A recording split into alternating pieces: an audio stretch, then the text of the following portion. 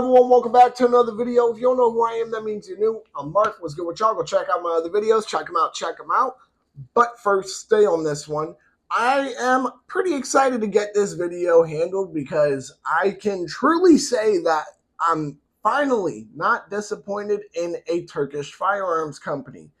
Or at least I'm not disappointed in this particular Turkish firearm. You guys saw the thumbnail, you read the title. Let's get right into it. The Canik SFX Rival 1000 round update. I've officially fired over 1,000 rounds through this firearm here, guys. We're going to talk about what kind of malfunctions I may or may not have had. We're going to talk about how the gun shot. We're going to talk about what I did with the gun. We're going to get all into this. So, for starters, you guys can see we are indeed clear. There's a chamber, no round in, no mag. All right, so let's get started. Holding a 18+1 capacity of 9mm with a 5-inch barrel, if I'm not mistaken here. And again, I've said this in the 500 round review and in the first shots and thoughts video, but one of the best, if not the best, striker fire trigger I have ever felt in my life. Ready, guys?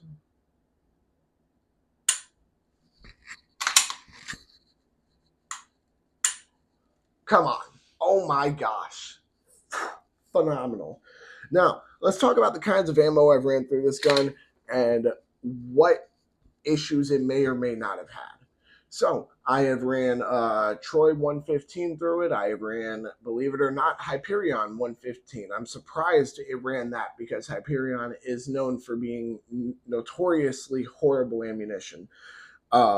But it ran that pretty much without an issue. It did have a couple of light strikes, but it did go on the second strike, so I don't really hold that to the gun. I more so hold that to the ammunition, and that was only with Hyperion 115 white box, which is some of the worst ammunition I've ever come across.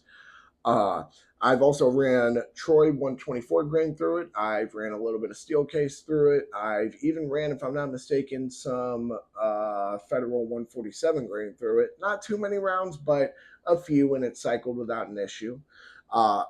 Overall, I can truly say the only issue I've had was with one brand of ammo, and it was Blazer 124 grain. And it's not that it had an issue feeding, it's more so that it had an issue in the magazine. From what my gunsmith told me, it's just that the projectile was just a tiny bit too long, so it was getting caught up in the mags. It has only happened, though, with that brand of ammo and with that grain of that brand of ammo. No other 124 grain, no other ammo did it have that issue. Overall, this gun has been phenomenal to shoot. Very reliable. I haven't had a single issue when it comes to reliability. I've had one actual light strike, but it was a dead primer. I mean, I ran it 5 times into the gun and it didn't go off. At a certain point, you have to call it a dead primer and not try to blame the gun. Let's talk about how it shot, though, because as far as malfunctions go, I had no real malfunctions. But for starters, this gun is amazing to shoot. Great triggers, very soft recoil impulse. I mean, here's some slow shooting.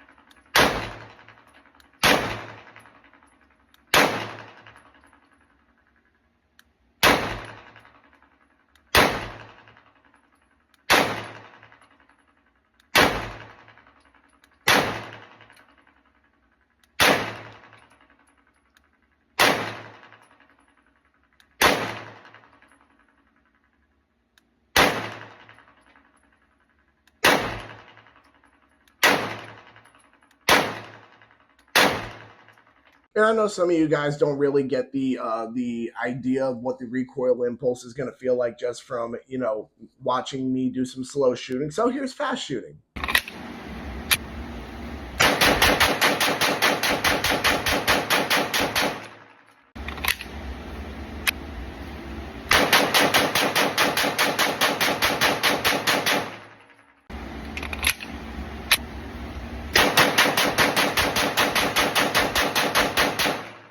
Great gun for competition use. That's one of the things I plan on using this gun for, is for local competition use.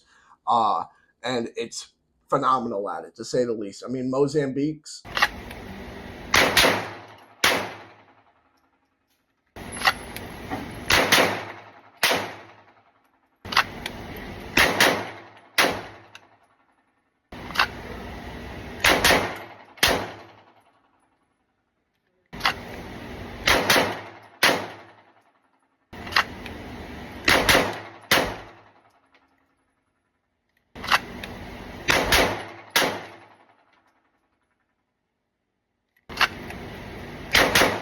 not a problem.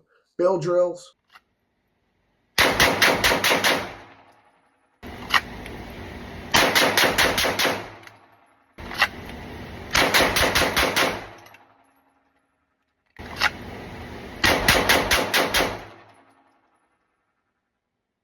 not a problem.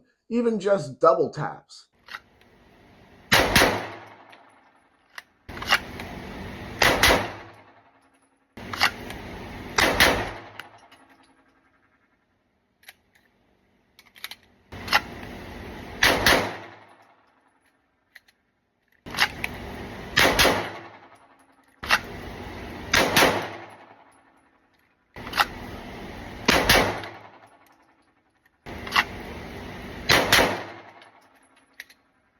I think we can agree that this gun is pretty freaking sick.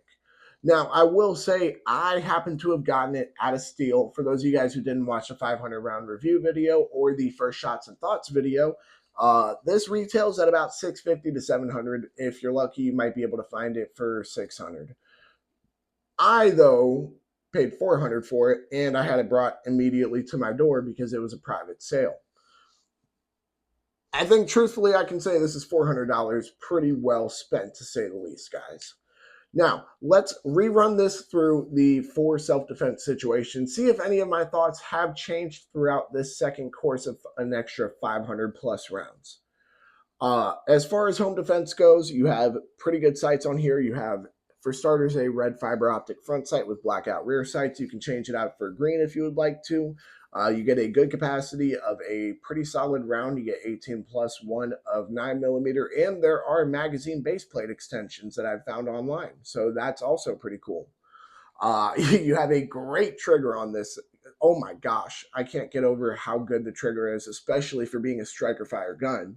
And of course, you have a accessory rail, so you can throw that light on there. It is optics ready. You can throw a dot on there. In the end, I mean, this gun would be phenomenal for home defense, to say the least, especially considering as after over 1,000 rounds, it's been extremely reliable and only had issues with one sort of ammunition, and that wasn't an issue with the actual firearm, but more so the ammunition in the magazine.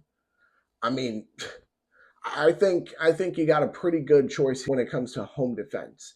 Truth be told, I would probably give it an 8.5 out of 10. The reason why I wouldn't go above 8.5 is because I'm sure, technically speaking, if I were to go down into the nitty gritty of it, there probably would be a thing or two that I would want to, have improved with the firearm. But generally speaking, that's me going a bit deeper than your average person is going to. So just understand that. That's why I'm not going that far into it. So for home defense, 8.5 out of 10. Easy. Concealed carry, this gun's going to get a little bit less of a score for concealed carry simply due to its size. I mean, 5-inch barrel, full-size gun. It's not exactly easy to conceal carry for your average person. So as I would probably stick with a 7. I believe I gave it a 7 last time for concealed carry. So if that's the case, my opinion definitely hasn't changed on this. Because while it is difficult to conceal carry, it isn't impossible to conceal carry. It's just pretty freaking difficult. However, if you can do so, I mean, dude, you got a good gun at your disposal, just ready for you whenever you need it, every single day for your every single day carry. Now, again, majority of people are not going to be able to conceal carry the Canik SFX rifle. That's just the truth of the matter here. However, if you can, psh, nice. That's pretty impressive, you know? Moving on, though, from concealed carry, again, if you guys forgot what I gave the score for concealed carry, that is a 7 out of 10. Moving on, though, to an SHTF situation, this is unfortunately where the Canik SFX rival is going to drop down a bit in score. Because while 9mm is a very popular round, finding ammo isn't going to be the issue. It's more so about finding magazines for the gun or parts for the gun if needed. I understand Caniks are pretty popular at this point in time. I mean, we're in 2025. If you go into a gun store and you say the word Canik, a majority of gun stores know what brand you're talking about. However, though, beyond just, the fact that it is a little bit popular, it's not anywhere near as popular as something like Glock, for example, where the aftermarket is so high, people will buy a Glock just to replace the majority of its parts with aftermarket parts because they wanted to Gucci it out.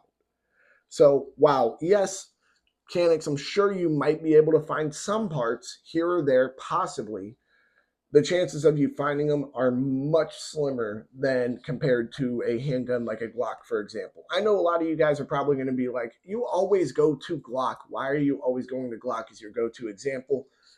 It's just the most popular handgun brand on the planet, guys. So, moving on from that, though, what score would I give it in an SHTF situation? Again, mags are going to be pretty difficult to find. Parts, pretty difficult to find.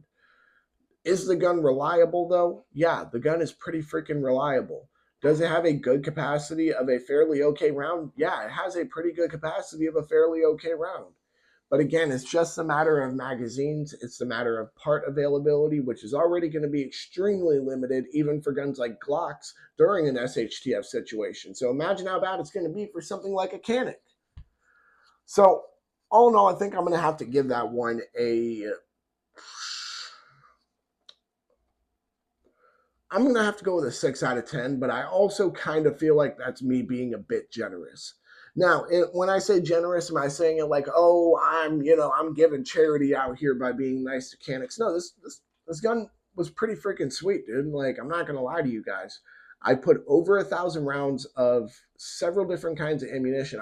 At this point, I could truthfully argue one, two, at least 5 or 6, possibly 7 different kinds of ammunition through this firearm, different weights, different casings, complete different brands, and it's been extremely reliable. So it's not a matter of that, but it's really just a matter of its availability.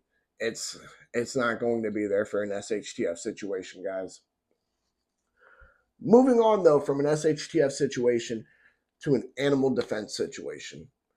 Animal defense, it's something no one ever really wants to talk about. Nobody ever wants to have to think about it.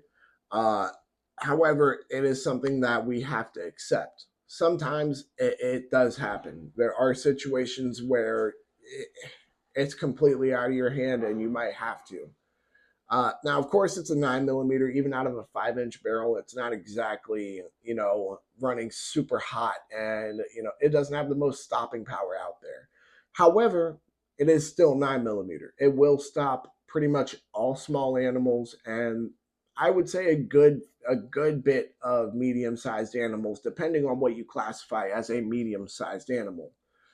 Overall, I think this gun is going to be reliable enough. That's not the issue of it. But I don't think because of the caliber it's chambered in that it's going to have enough power to do the job, especially when it comes to larger animals, which generally speaking are what our main fear is going to be in that case.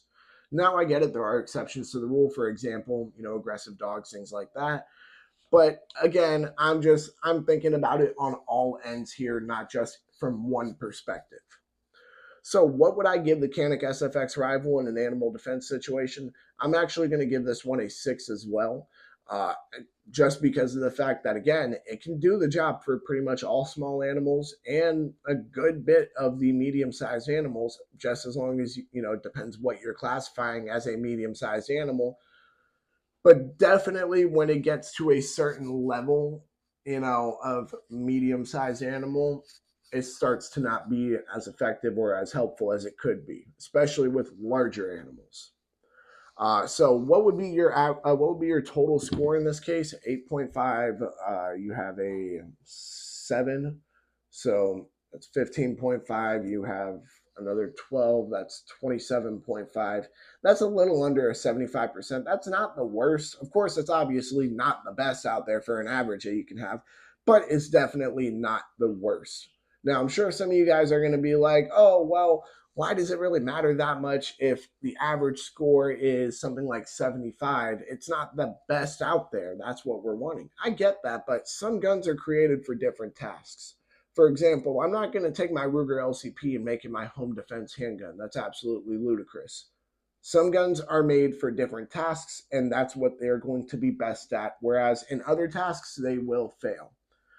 But with that being said, I think that about wraps it up for this video. Y'all make sure to like, comment, subscribe, share, hit that bell. When you hit that bell, hit all in. Whether or not you agree with me about my thoughts on the Canik SFX rival, go ahead and comment your thoughts down below on the gun, whether or not you like it, whether or not you hate it, whether or not you have any experience with it. Go ahead and comment your thoughts down below. Make sure to check out all my other videos. Y'all make sure to stay legal, stay safe, stay dangerous. Have a good one, y'all. Peace.